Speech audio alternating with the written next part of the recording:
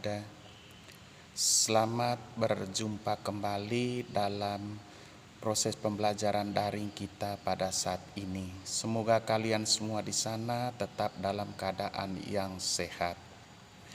Anak-anakku sekalian, tadi kita sudah absen melalui WA, jadi pada kesempatan ini kita langsung dalam proses pembelajaran kita. Tapi sebelumnya kita berdoa. Dalam nama Bapa, Putra, dan Roh Kudus. Amin.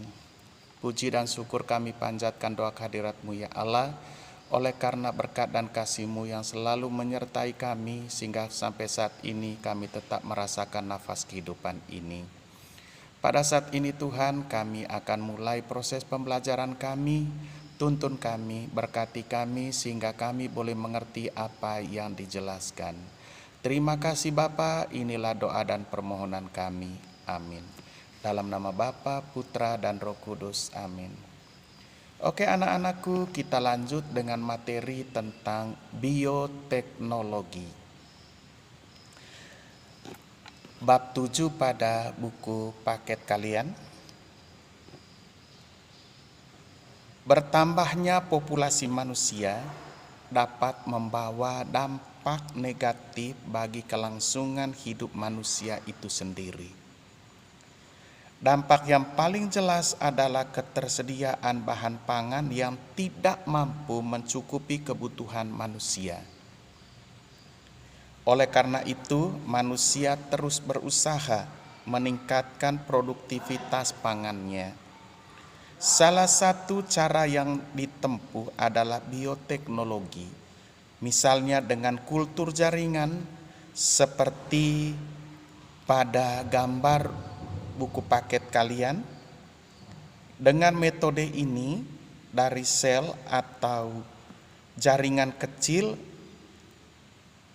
tumbuhan induk dapat ditumbuhkan menjadi ratusan bahkan ribuan bibit tanaman yang sama persis dengan tanaman induknya. Dengan menggunakan bioteknologi, diharapkan masalah kebutuhan pangan dapat diatasi. Bagaimana peranan bioteknologi dalam meningkatkan produktivitas pangan? Kalian dapat menemukan jawabannya setelah kita pelajari bab ini. Anak-anakku sekalian, di buku paket kalian ada peta konsep. Di situ dalam peta konsep halaman 218, yaitu bioteknologi bermanfaat untuk yang pertama adalah bioteknologi pertanian, penggunaan mikroorganisme dalam pembuatan makanan, bioteknologi peternakan. Kalau dalam bioteknologi pertanian itu terdiri atas kultur jaringan, pembastaran, teknologi nuklir, pengelolaan lahan pertanian, teknologi hidroponik, dan rekayasa genetika. Sedangkan penggunaan mikroorganisme dalam pembuatan makanan, contohnya misalnya dalam fermentasi tempe, roti, yogurt, keju, protein sel tunggal. Sedangkan bioteknologi peternakan terdiri dari hibridisasi, inseminasi buatan, rekayasa genetika. Oke anak-anakku, itu barangkali hal-hal yang perlu kita pelajari nanti di dalam materi ini. Anak-anakku sekalian, ya, tujuan dari proses pembelajaran kita kali ini diantaranya adalah menjelaskan peranan bioteknologi dalam upaya mendukung peningkatan produksi pangan. Yang kedua, menjelaskan cara-cara untuk mendapatkan bibit unggul. Yang ketiga, menjelaskan peran mikroorganisme dalam proses bioteknologi pangan. Dan yang keempat, menerapkan bioteknologi untuk meningkatkan produksi pangan. Inilah 4 tujuan dari materi yang akan kita bahas ini. Sekarang kita mulai yang pertama, bioteknologi pertanian. Bioteknologi pertanian adalah cabang ilmu yang mempelajari pemanfaatan makhluk hidup di antaranya bakteri, fungi, virus, dan lain-lain, maupun produk dari makhluk hidup, misalnya enzim, alkohol, dalam proses produksi untuk menghasilkan barang dan jasa. Bioteknologi digunakan untuk memanfaatkan organisme atau bahan yang diperoleh dari organisme atau menghasilkan produk yang bermanfaat bagi kepentingan manusia. Bioteknologi merupakan gabungan dari beberapa ilmu, di antaranya biokimia, mikrobiologi, mikologi, fisiologi, genetika, biologi molekuler, dan kimia. Nah, di antara cabang-cabang ilmu ini akan kalian pelajari di perguruan tinggi nanti. Nah, pernahkah kalian makan tempe, tape, oncom, keju, dan roti? Semua makanan tersebut merupakan cara produk bioteknologi yang memanfaatkan mikroorganisme dalam proses pembuatannya. Tempe dan tape merupakan contoh bioteknologi konvensional. Bioteknologi konvensional biasanya dilakukan hanya berdasarkan pengalaman yang didapat secara turun-temurun tanpa memahami bagaimana prinsip proses pembuatannya. Sebaliknya, pada bioteknologi modern, para ahli telah melakukan penelitian yang meliputi proses yang terjadi pada organisme yang digunakan. Bagaimana prosesnya? Faktor apa yang mendukung atau menghambat? Dan bagaimana cara mengaplikasikannya sehingga dapat dihasilkan produk dan jasa dalam jumlah besar dan cepat.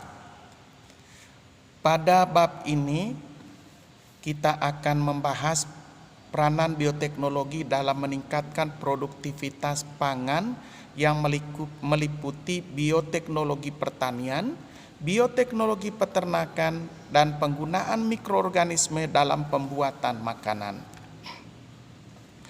Yang kedua, bioteknologi pertanian. Berikut cara-cara peningkatan produksi pangan melalui bioteknologi pertanian. Yang pertama, kultur jaringan. Kultur artinya pembudidayaan. Sedangkan jaringan artinya sekelompok sel yang mempunyai bentuk dan fungsi yang sama. Dengan demikian, kultur jaringan atau tisu kultur berarti membudidayakan suatu jaringan makhluk hidup menjadi individu baru yang mempunyai sifat sama seperti induknya. Pelaksanaan teknik kultur jaringan tumbuhan dilakukan berdasarkan teori sel seperti yang dikemukakan oleh Scladen dan Swan, yaitu sel tumbuhan mempunyai kemampuan totipotensi. Pengertian totipotensi di sini adalah kemampuan setiap sel tumbuhan atau dari bagian mana saja sel tersebut diambil, yang jika diletakkan dalam lingkungan yang sesuai akan tumbuh menjadi tumbuhan sempurna. Kultur jaringan akan lebih besar keberhasilannya apabila menggunakan jaringan meristem. Ingat anak-anakku, di kelas 8 kalian sudah belajar tentang jaringan pada tumbuhan. Ada namanya jaringan meristem. Jaringan ini terdapat pada ujung akar, ujung batang, dan ujung daun, yaitu jaringan muda yang selalu membelah setiap waktu sehingga akar bertambah panjang, batang bertambah tinggi. Jaringan meristem adalah jaringan yang terdiri atas sel-sel yang selalu membelah. Dindingnya tipis, belum mempunyai penebalan dari zat pektin. Plasmanya penuh dan vakulanya kecil. Teknik kultur jaringan sebenarnya sangat sederhana, yaitu suatu sel atau irisan jaringan tanaman yang disebut dengan eksplan secara aseptik atau bersih dari hama atau bakteri, diletakkan dan dipelihara dalam medium padat atau cair yang telah berisi nutrisi. Nutrisi ini dapat berupa larutan yang mengandung unsur makromolekul, mikromolekul, asam amino, gula, vitamin, dan hormon. Dengan pemberian nutrisi, sebagian sel pada permukaan irisan tersebut akan membentuk gumpalan sel yang disebut kalus. Kalus dapat dipisah-pisahkan, kemudian dipindahkan ke dalam medium khusus sehingga tumbuh membentuk tanaman kecil yang berakar, berbatang, dan berdaun atau planlet. Planlet kemudian diaklimatisasi di rumah kaca. Dengan teknik kultur jaringan ini, hanya dari satu irisan kecil suatu jaringan tanaman dapat dihasilkan planlet dalam jumlah besar. Anak-anakku sekalian, di buku kalian halaman 220 di situ ada cara teknik kultur jaringan pada tanaman. Kita lihat bagian A di situ, lihat itu eksplannya, B kalus, yang bagian C planlet, dan bagian D bagian D di situ planlet yang diaklimatisasi di rumah kaca.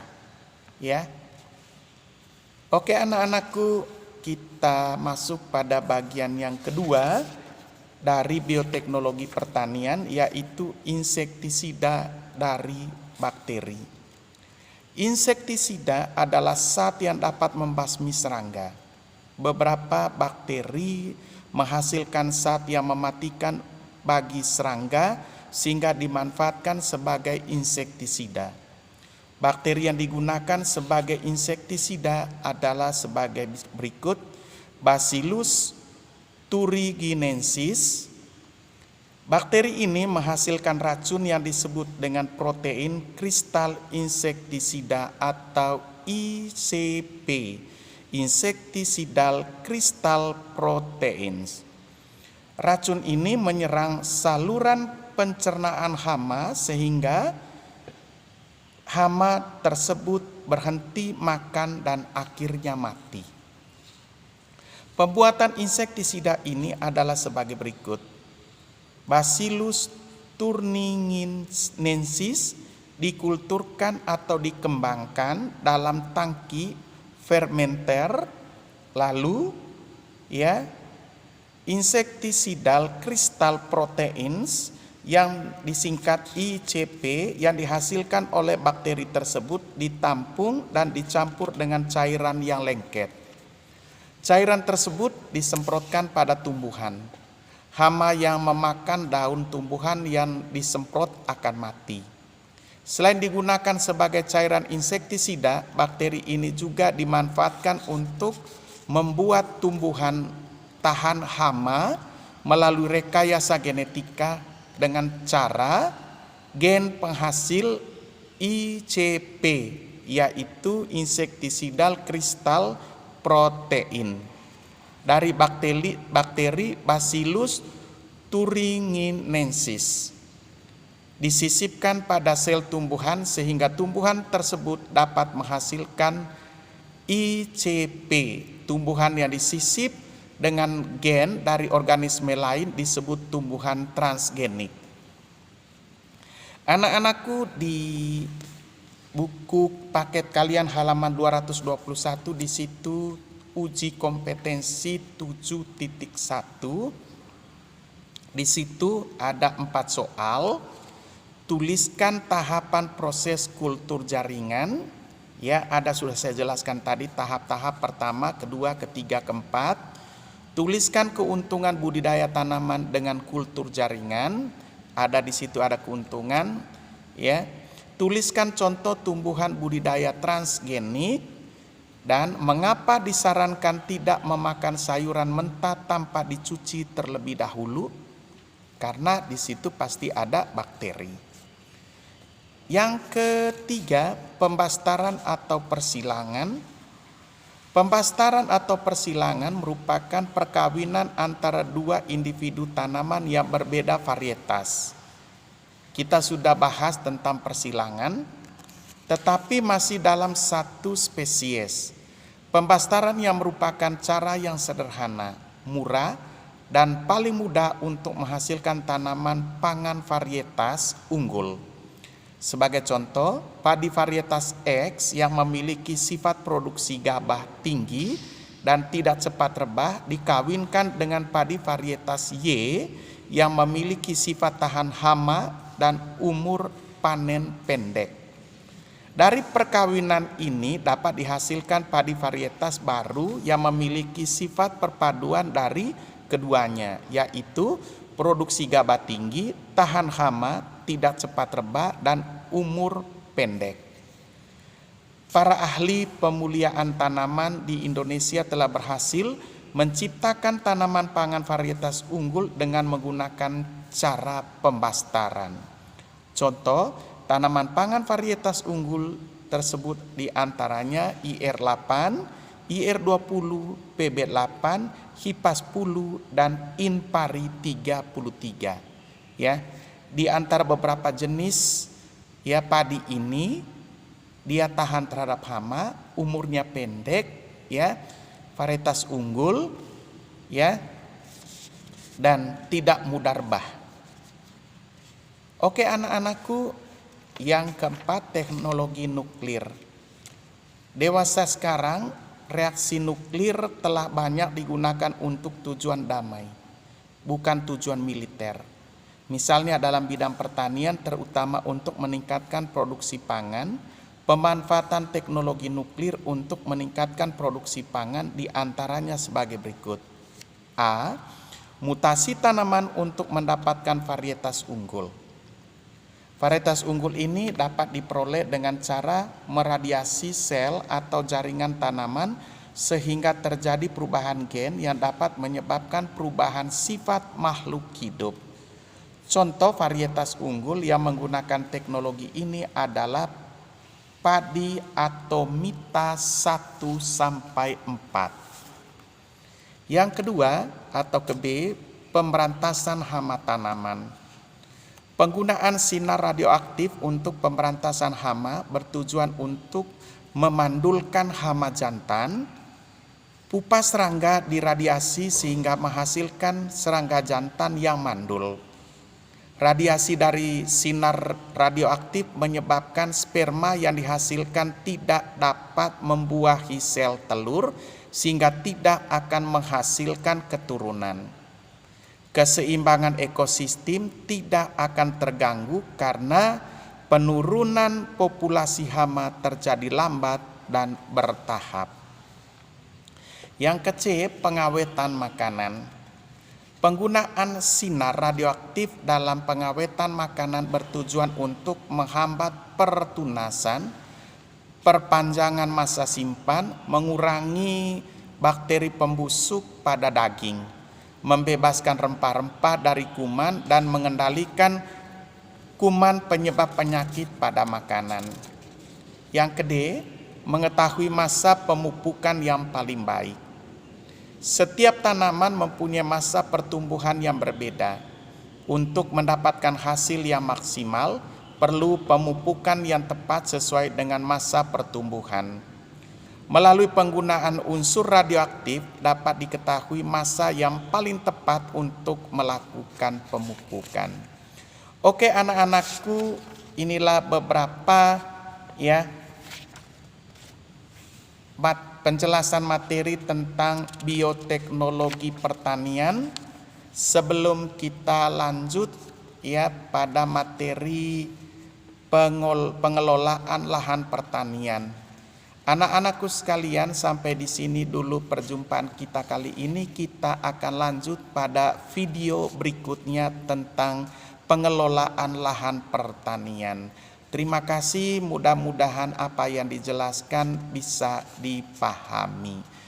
Sampai di sini dulu, salam sehat, salam untuk keluarga kalian semua. Terima kasih.